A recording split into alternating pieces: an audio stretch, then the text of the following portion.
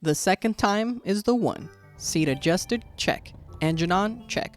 Closing my 3DS because it's not safe while driving? Check. I'm ready. Okay, just put the car in drive and let's go. Uh-oh. Well, I guess I gotta play 3DS racing games now.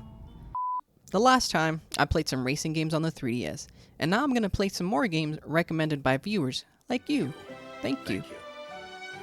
The first game we'll play is called Power Drift. Power Drift is a Sega 3D game for the 3DS, meaning that yes, it's a great game. Remember Outrun from the last video? Well, now Sega took things up a step here. Although Outrun is a relaxing yet action-filled game, Power Drift is all action. Here you race against the other cars on crazy tracks, and of course the 3D and the 3D Sega games is well done. When you turn that 3D slider on, it's almost nauseating, but this game really gets you into the vibe of it. The tracks are short and the gameplay is fast. Very fast. You gotta use the low gear and the high gear, which you have to use throughout the race to avoid crashing, which will slow you down.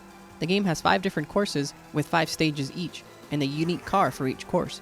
You have to place in at least third to advance to the next stage, and every track is unique in the game. I can imagine when it released in 1988 that it was an awesome game, but now we can still play it on the 3DS. You can customize the controls in the settings, and the heads-up display in the other settings, as per Sega's 3D games for the 3DS. Now why don't we switch gears to a kart racer, Garfield Kart Racing on the 3DS.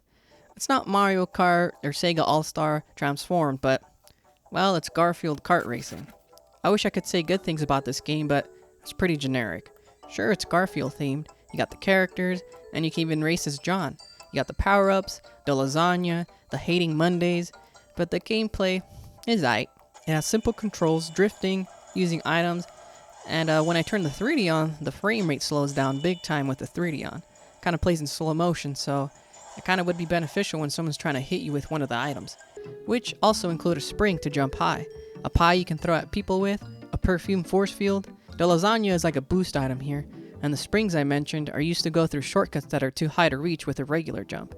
The thing that really sets the game back though is the physics. Anytime you hit a wall or an obstacle, you instantly stop. Like no bouncing back collision or anything. Your car just stops, and you can't just keep driving to maneuver yourself in the right direction. You either have to reverse, or it takes forever to turn because you lose all that momentum. I know it makes sense, if you hit a wall you'll stop. But look at this. The game just feels subpar, which is a shame because it's Garfield. It deserves more than this. On a happier note, the game does have customizable carts. You can buy items to have ready at the start of the race. You can buy an item to start in the first position at the starting line, and you can even hold 2 items at once. It's not the best kart racer, but it's decent enough if you're a really big Garfield fan. But it's unfortunate. I mean, look at this, I can drift in midair. Well, we took a look at arcade racer, kart racer. What about a simulation? Formula 1 on the 3DS. Real life racing where I gotta follow the rules and stay on track and whatnot. Now, I don't really know much about Formula 1. All I know is I gotta get first place, just like any other racing game. The graphics are really nice, and the game does have all the features from the console versions. There's loads of content in the game, and lots of Grand Prix, and lots of tracks. There's also biographies of the racers. You can collect trophies and even race in a first-person view to submerge yourself into the race. Upon researching for the game, the reviews were kind of mixed. Some people had this favorite game on the 3DS, and other people having it as the terrible 3DS game. And of course the console versions are better, but in my opinion it's a fun game if you're a Formula 1 fan. It has a lot of content to keep you playing for a long time. Now something that is the exact opposite racing-wise is Fast and Furious Showdown. This game I guess is based off the 4th Fast and the Furious, or the 7th one. I don't know, pick any of them, they're all the same. Just kidding, Fast and the Furious fans. I've seen a few. The first 3 and the one with the vault and the new one where they brought back everyone and went to space or whatever. But anyways, the game plays out in missions, and you play as the characters from the movie. The first mission has you sending cars flying using a ramp car, and you blast everyone in your way. Sedans, trucks, buses, people minding their own business, and bam, you send them to the carpool lane. This ramp car copied the ramp car from GTA 5 here. Or actually, GTA copied this game because the ramp buggy didn't release till 2016, and this game came out in 2013. So I guess I gotta set the record straight on GTA Online. Hey everyone, I just got that ramp buggy, just like Fast and the Furious Showdown, am I right? The second mission has you stealing the vault from the 4th movie, or the 6th one of those. It's actually kind of fun trying to drive away with the vault. You know, if the game wasn't Fast and the Furious and was just a random racing game, it would be cool out of context. Ramping cars into oblivion, stealing vaults, Sure, people have opinions about the Fast and the Furious franchise, but they keep watching, or else they wouldn't be on movie number 12 or whatever entry they're on now. The franchise is like junk food. It's bad for you, but you keep eating it. It's a need. A need for speed. Just like this next game. Need for Speed on the Run, specifically.